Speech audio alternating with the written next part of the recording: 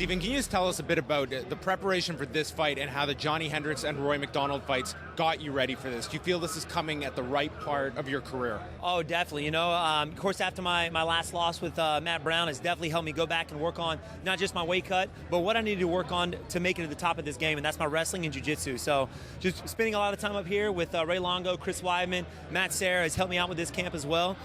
They also helped me get ready for the Johnny Hendricks and Jake Ellenberger, Rory McDonald fight. My coaches back home, Thomas Lee, Matt Miller, Carl Reed, Brad Strain, all those guys helped me get to where I am. And being ready for those previous fights and defeating those, I think, some of the best welterweights in the division, definitely helped me get me where I am today. The role you have teaching kids and being a mentor to a lot of them, was there any time in this process you almost had to bite your tongue? You heard Tyron Woodley making comments that maybe if you didn't have that role, you would have maybe engaged in more. That's just not who I am. I know how the game is played. I know that a lot of these fighters will try and get in your head with some of the things that they're saying. It doesn't bother me one bit. I've got one job, and that job is to defeat Tyron Woodley tomorrow night, and that's what I'm focused on. Stephen, what do you make of the fact that Tyron brought in Sage Northcutt, who's around here at the moment as well, to essentially mimic or imitate your movement? You know what? He's got to do something to get to bring in who he can to try and simulate my style. But that's the thing. Me and Sage, we have a very different style. And it's very hard to bring in and find opponents to come in and help simulate that. So I think he's going to definitely have his hands full tomorrow night with that. It doesn't matter what kind of preparation or who he brings in to help simulate that. And you've had a lot of love here in New York. You actually go in the favorite despite not being the champion. I mean, how does that feel and what confidence does it give you? You know what? It does make me feel great, but also keeps me on edge. I'm never the type of guy to actually look at the stats and, how the favoring goes, if I'm favored or not. Like I said before, I've got one job, and that's to defeat the best welterweight in the world, and that's what I'm focused on.